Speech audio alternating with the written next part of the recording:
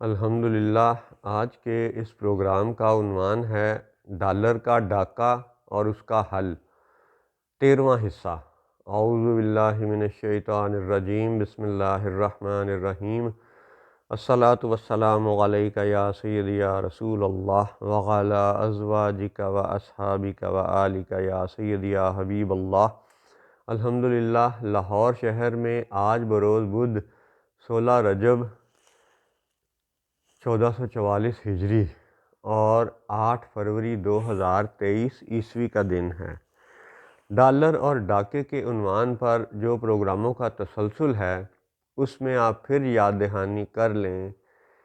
سن لیں، اپنے بچوں کو بھی سمجھا دیں، یاد کروا دیں کہ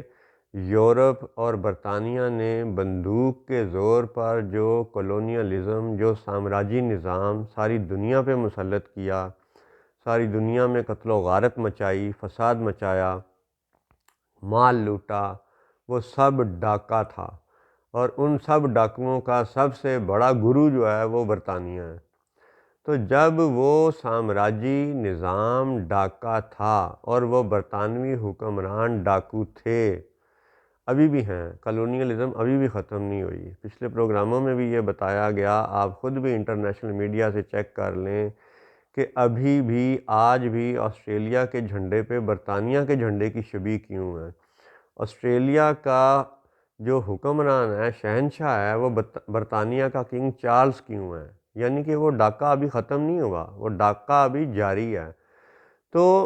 جب وہ برطانیہ کے حکمران ڈاکو تھے اور ڈاکو ہیں،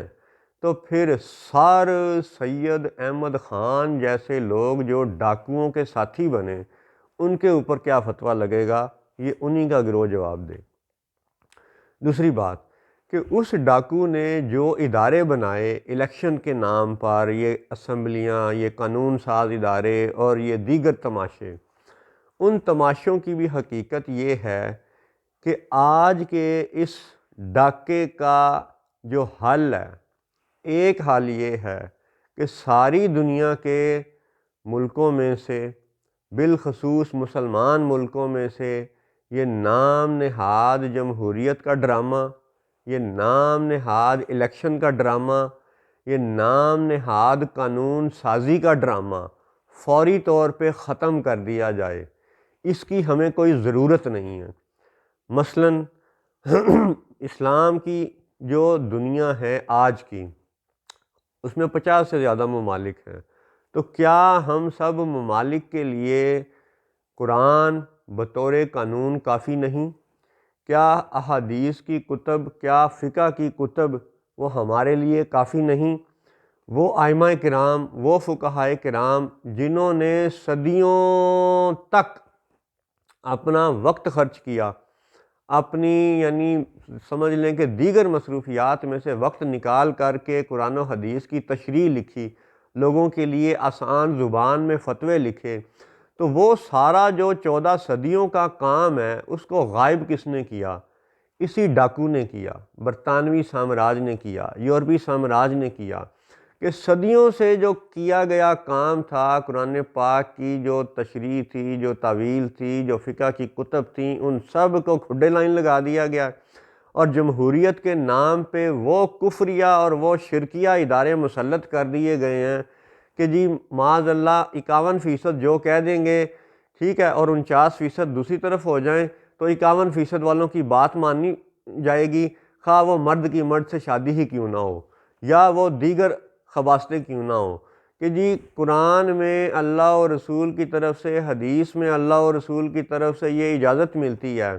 کہ بچے بالغ ہو جائیں تو ان کی شادی کر دو۔ یہاں پہ 18 سال عمر کی قید کوئی نہیں ہے، لیکن یہ جو تماشے ہیں قانون ساز ادارے، یہ 18 سال سے پہلے شادی کو غیر قانونی قرار دیتے ہیں، 18 سال سے پہلے بچے کو کاروبار نہیں کرنے دیتے، تاکہ اس کی جو ابتدائی نشو و نما کی عمر ہے وہ ان کے فتنہ و فساد یعنی ایک آنکھ والی دجل کی نشانی یعنی موبائل میں گزر جائے۔ اللہ اکبر۔ تو یہ جو ڈاکوؤں کا پھیلایا ہوا تماشا ہے، الیکشن، جمہوریت، یہ قانون ساز اسمبلیاں، یہ سب جو اربوں خربوں روپے کی لوٹ مار میں مصروف ہیں، ان سب لوٹ مار کے ڈراموں کو فوری طور پہ ختم کر دینا چاہیے۔ یہ ایک حل ہے، اور ہمارے پاس اس کا متبادل قرآن، حدیث، فقہ کی کتب، صدیوں کا خزانہ ہمارے پاس موجود ہے۔ اور آج 2023 تک پاکستان میں جتنے بھی اسلامی قوانین ہیں جو بن گئے وہ ہمارے لیے کافی ہیں، اور جو چند ایک 5-7 جو ہیں وہ خلاف قرآن بنا دیے گئے حالیہ سالوں میں، وہ ختم کرنے کی ضرورت ہے۔ اور ان اسمبلیوں کی کوئی ضرورت نہیں،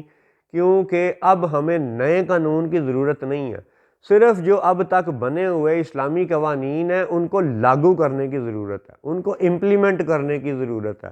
جیسے مثال کے طور پہ آج آپ لاہور شہر کی ٹریفک دیکھ لیں یا دیگر دنیا کے شہروں کی ٹریفک دیکھ لیں،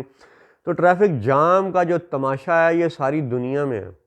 تو اس ساری دنیا میں جو تماشا ہے ٹریفک کا، اس کا سادہ حل ہے کہ بھئی اس کو آپ ٹریفک قوانین کو پراپرلی امپلیمنٹ کریں، تو یہ ٹریفک جام کے مسائل بھی کم ہو جائیں گے، بہت حد تک ختم ہو جائیں گے۔ تو ٹریفک کو تو بعد میں بات کریں گے، اس پہ تو اور بھی بڑی باتیں بنتی ہیں۔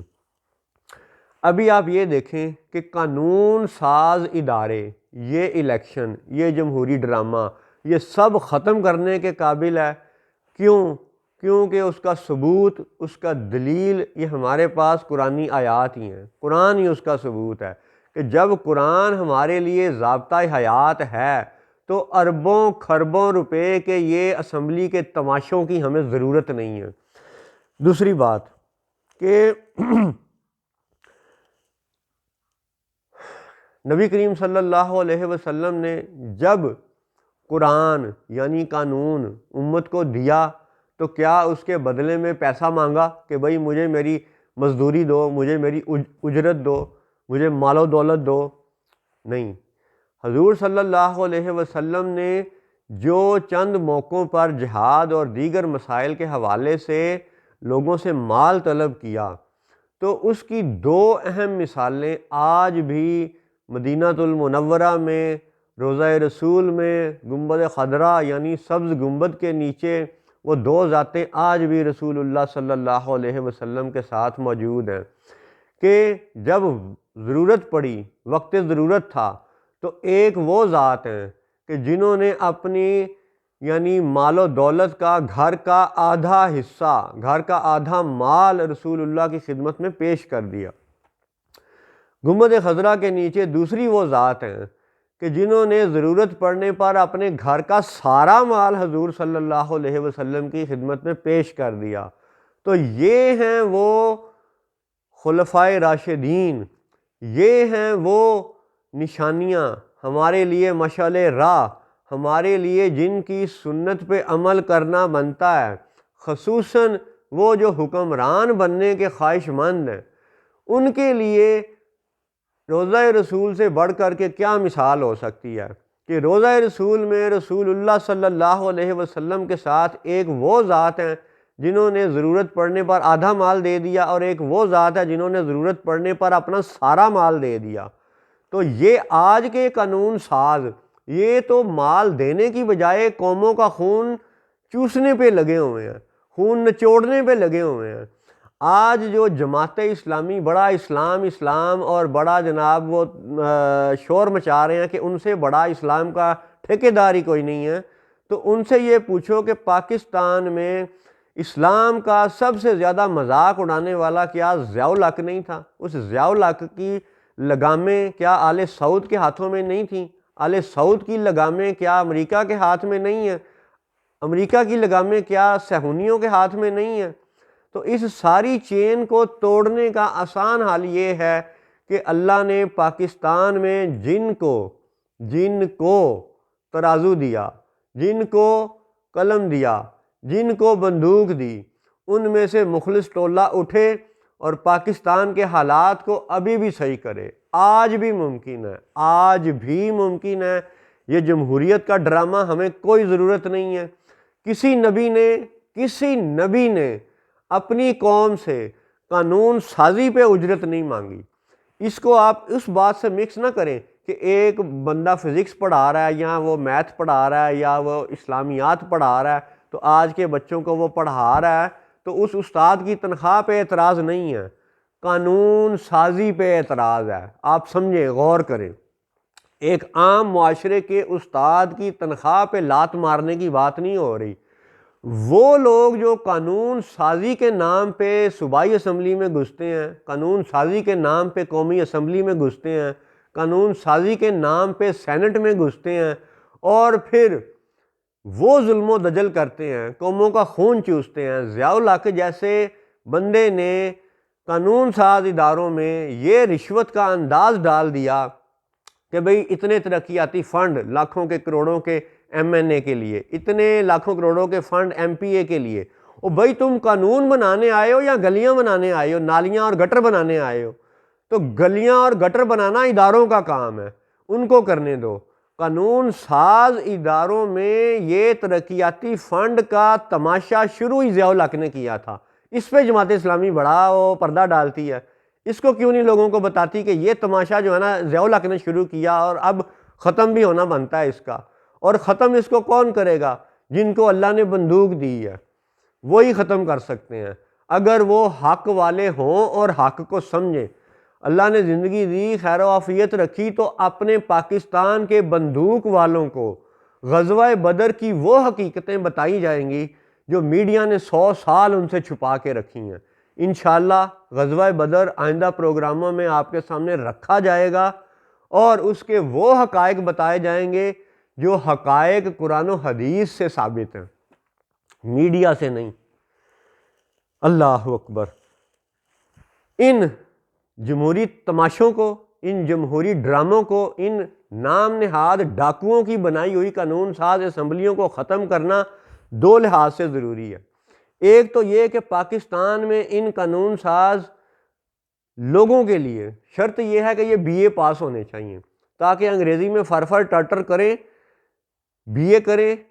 انگلش سیکھیں اور پھر اس ڈاکو کے ساتھ معاہدے سائن کر سکیں۔ ایک تو اس وجہ سے بھی یہ قانون ساز ادارے ختم ہونے چاہیے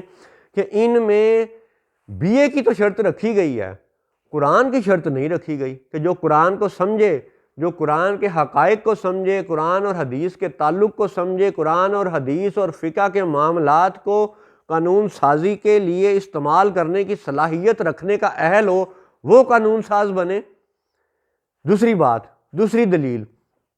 کہ یہ بلاول بھٹو زرداری جس کی نہ مونچھ نہ داڑھی، اس جیسے لوگ جب اسمبلیوں میں گھسا دیے گئے اور گھسے بیٹھے ہیں، ان کے لیے بھی یہ سبق ہے کہ رسول اللہ صلی اللہ علیہ وسلم نے اللہ کے حکم سے 40 سال کی عمر میں لوگوں کے لیے قانون سازی ارشاد فرمائی۔ 40 سال سے پہلے کیا حضور خود غار حرا میں جا کے عبادت نہیں کرتے تھے؟ خانہ کعبہ میں عبادت نہیں کرتے تھے؟ تو عبادت تو حضور پہلے بھی کرتے رہے، لیکن لوگوں کے لیے قانون سازی 40 سال کے عمر میں شروع کی۔ اس کا مطلب ہے کہ قانون ساز اداروں میں